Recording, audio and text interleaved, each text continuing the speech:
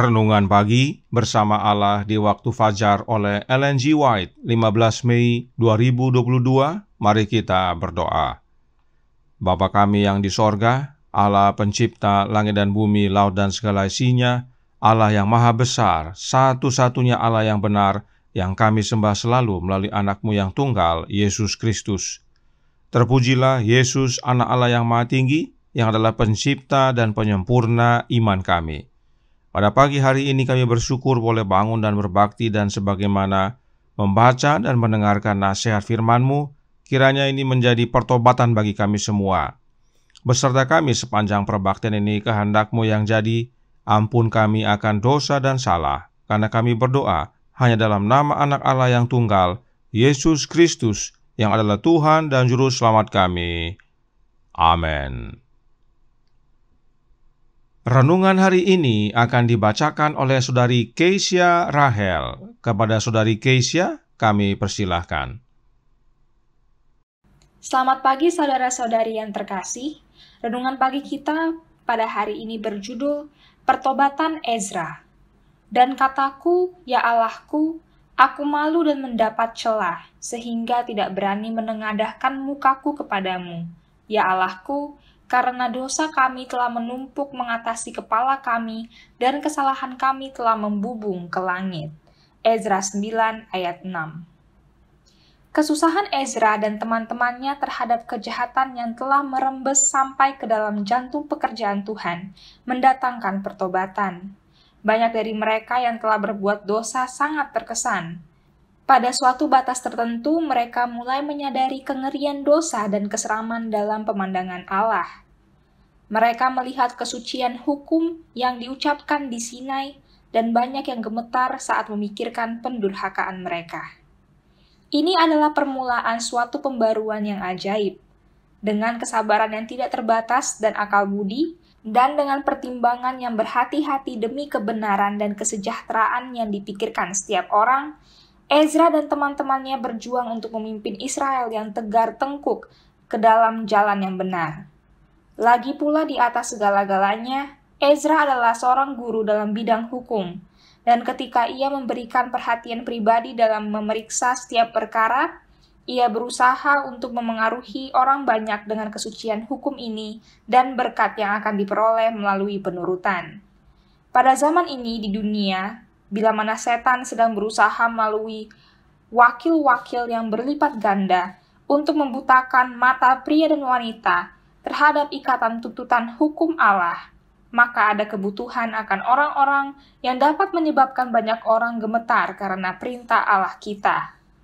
Ada kebutuhan akan para pembaru sejati yang akan mengarahkan para pelanggar kepada pemberi hukum yang besar itu dan mengajar mereka bahwa Taurat Tuhan itu sempurna dan menyegarkan jiwa.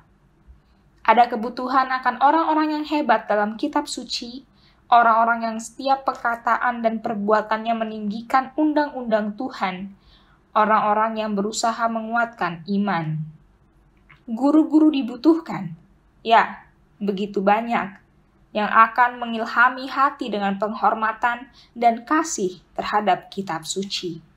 Alfa dan Omega, jilid 4 halaman 215-217. Terima kasih. Terima kasih atas penata layanan Saudari Keisha. Tuhan Yesus memberkati. Selamat pagi saudaraku dalam Tuhan. Untuk menolong memahami pertobatan Ezra, mari kita baca ayat-ayat berikut ini yang terdapat dalam Lukas 18 ayat 10-13 yang berkata, ada dua orang pergi ke bait Allah untuk berdoa, yang seorang adalah Farisi dan yang lain pemungut cukai. Orang Farisi itu berdiri dan berdoa dalam hatinya begini, ya Allah, aku mengucap syukur kepadamu karena aku tidak sama seperti semua orang lain, bukan perampok, bukan orang lalim, bukan pezina, dan bukan juga seperti pemungut cukai ini. Aku berpuasa 2 kali seminggu, aku memberikan 1/10 dari segala penghasilanku. Tetapi pemungut cukai itu berdiri jauh-jauh, bahkan ia tidak berani menengadah ke langit, melainkan ia memukul diri dan berkata, ya Allah, kasihanilah aku orang berdosa ini.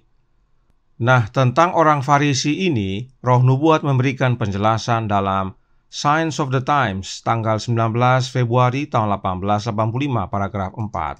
Dikatakan, orang Farisi itu pergi bukan karena dia merasa sangat membutuhkan Allah, tetapi karena dia ingin dianggap sebagai orang yang sangat saleh dan unggul. Dia sangat puas dengan dirinya sendiri dan berpikir bahwa orang lain memandangnya dengan rasa puas diri yang sama seperti dia memandang dirinya sendiri. Dia tidak mempersembahkan persembahan hadi yang patah dan remuk. Dia tidak datang dengan pengakuan dosa dan tidak dengan kasih yang mengalir dalam kata-kata syukur atas belas kasihan yang berasal dari Allah yang memelihara perjanjian. Dia datang bukan untuk menyampaikan kebutuhannya. Dia tidak membuat permohonan. Dia menyatakan tidak kekurangan apa-apa. Berdiri di bait Allah, dia berani menyombongkan kebaikannya sendiri dan mengukur dirinya dengan orang lain, dan mengklaim superioritas. Dia memulai dengan penyembahan dirinya sendiri. Ya Allah, aku mengucap syukur kepadamu, karena aku tidak sama seperti semua orang lain, bukan perampok, bukan orang lalim, bukan pezina, dan bukan juga seperti pemungut cukai ini. Dia kemudian melanjutkan untuk menghitung beberapa perbuatan baiknya sendiri. Aku berpuasa 2 kali seminggu. Aku memberikan 1/10 dari segala penghasilanku.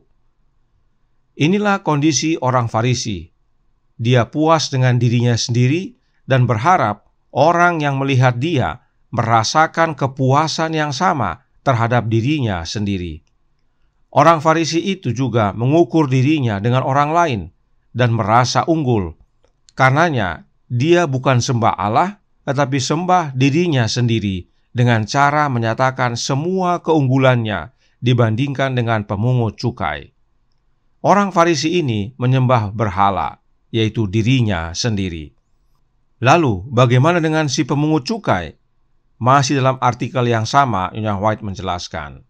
Signs of the Times, Februari 19, tahun 1885, paragraf 6. Dikatakan di sana, pemungut cukai pergi ke bait Allah bersama para penyembah lainnya. Tetapi dia segera memisahkan diri dari mereka, karena tidak layak untuk berbaur dengan mereka dalam perbaktian mereka. Berdiri jauh, dia tidak berani menengadah ke langit, melainkan ia memukul diri dalam penderitaan pahit dan kebencian diri. Dengan demikian, dia mengungkapkan rasa jaraknya dari Allah dan ketidaklayakannya untuk datang ke hadiratnya. Dia merasa bahwa dia telah menghina Allah, bahwa dia berdosa dan tercemar di hadapannya. Sungguh amat berbeda dengan kondisi orang Farisi yang berpuas diri dan bahkan sembah dirinya sendiri.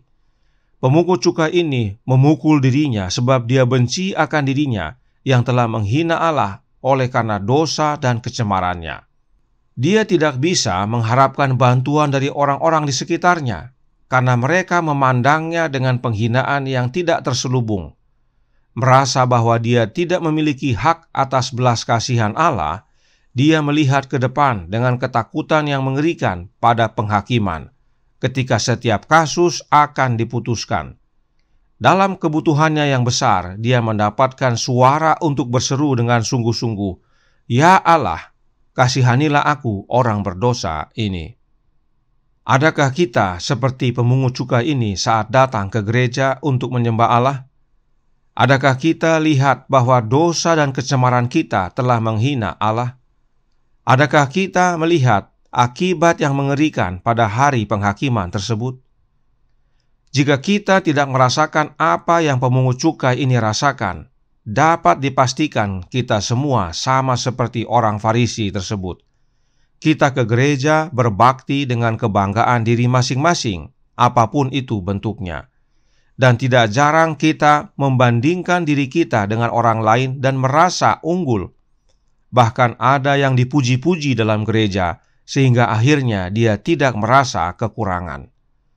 Tetapi pemungut cukai itu merasa berdosa dan tidak layak.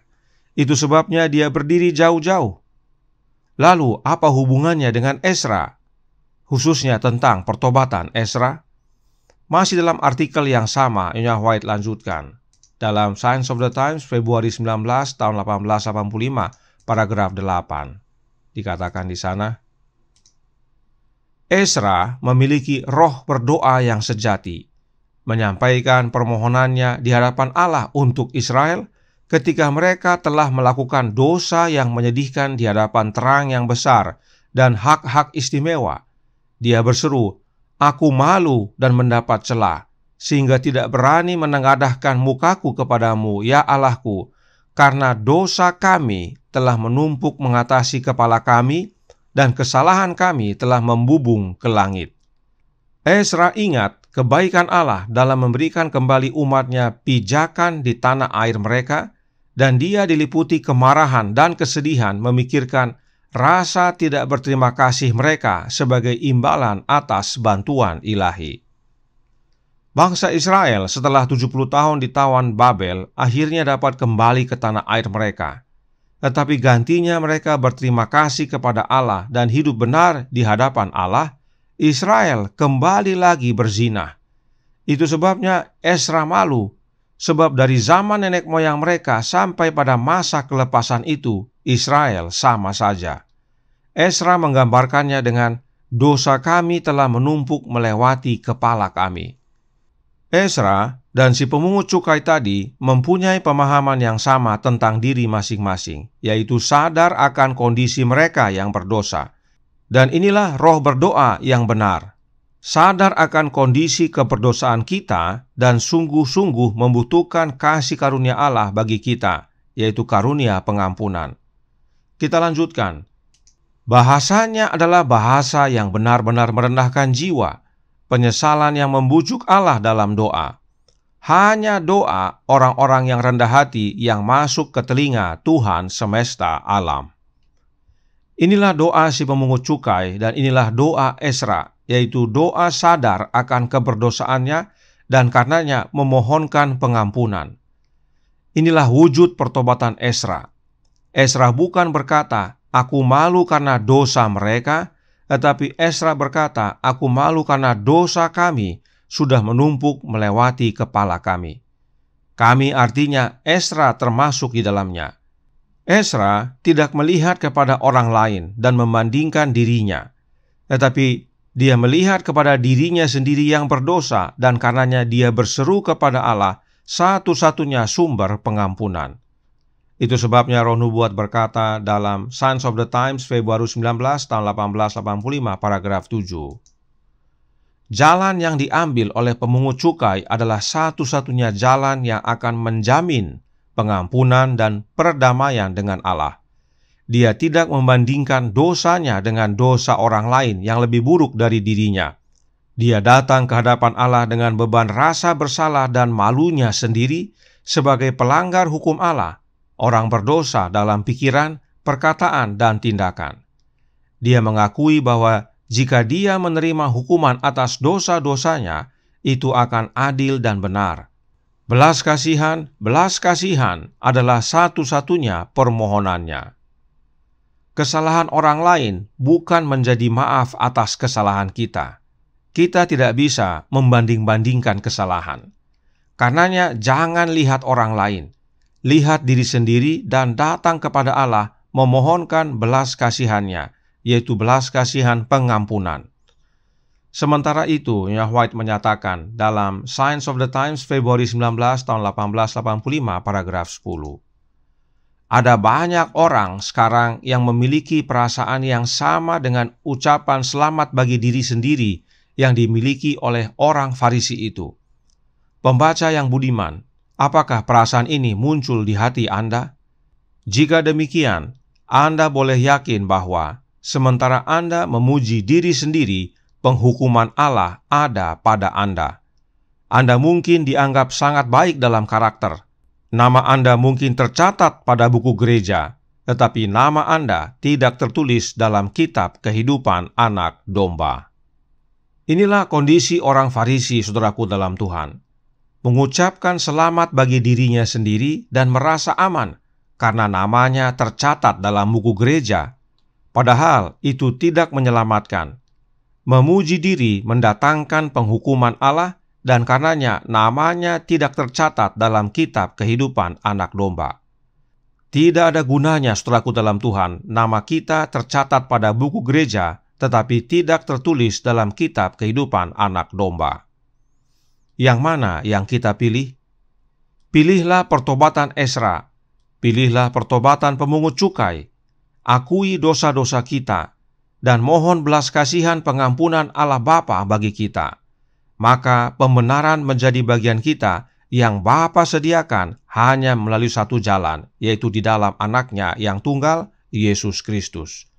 Kiranya ini menjadi pembaharuan bagi kita semua. Bila mana kita datang ke gereja, bila mana kita berbakti kepada Allah Bapa, kita sadar bahwa diri kita berdosa dan membutuhkan pengampunan, tidak membanding-bandingkan diri dengan orang lain, tetapi melihat diri dan datang kepada Bapa, memohon belas kasihan-Nya. Tuhan memberkati, saya bawa dalam nama Yesus. Amin. Mari kita berdoa. Bapa kami yang di sorga, Allah pencipta langit dan bumi, laut dan segala isinya, Allah yang maha besar, maha kuasa, sumber segalanya, yang kami sembah selalu melalui Anak-Mu yang tunggal, Yesus Kristus. Terima kasih atas nasihat yang baik sekali bagi kami, agar masing-masing kami memiliki pertobatan Ezra, pertobatan si pemungut cukai, yaitu sadar bahwa diri kami adalah orang berdosa, tidak layak sebenarnya untuk bertemu dengan Engkau Bapa yang adalah kudus. Tetapi banyak kami merasa seperti orang Farisi, mengandalkan keunggulan kami, perbuatan baik kami, pencapaian diri kami, yang mana tidak ada artinya sama sekali. Oleh karenanya, biarlah melalui pengalaman pertobatan Ezra dan si pemungut cukai ini, kami semua diubahkan. Kami sadar bahwa kami orang berdosa dan melihat kepada hari pendamaian itu betapa mengerikan akibatnya. Dan karenanya kami segera datang kepadamu, memohon ampun dengan sungguh-sungguh, agar kami dapat dibenarkan, dan itu hanya melalui satu jalan, yaitu Anak-Mu yang tunggal, Yesus Kristus. Karenanya tolong kami ya Bapa, curahkan roh Anak-Mu dalam hidup ini, ubahkan kami ya Yesus, kehendak-Mu yang jadi, beserta kami sepanjang hari ini, karena kami berdoa dan memohon ampun akan segala dosa dan kesalahan kami, karena kami menyatakannya dan memohon hanya dalam nama Anak-Mu yang tunggal, Yesus Kristus, yang adalah Tuhan dan Juru Selamat kami. Amin.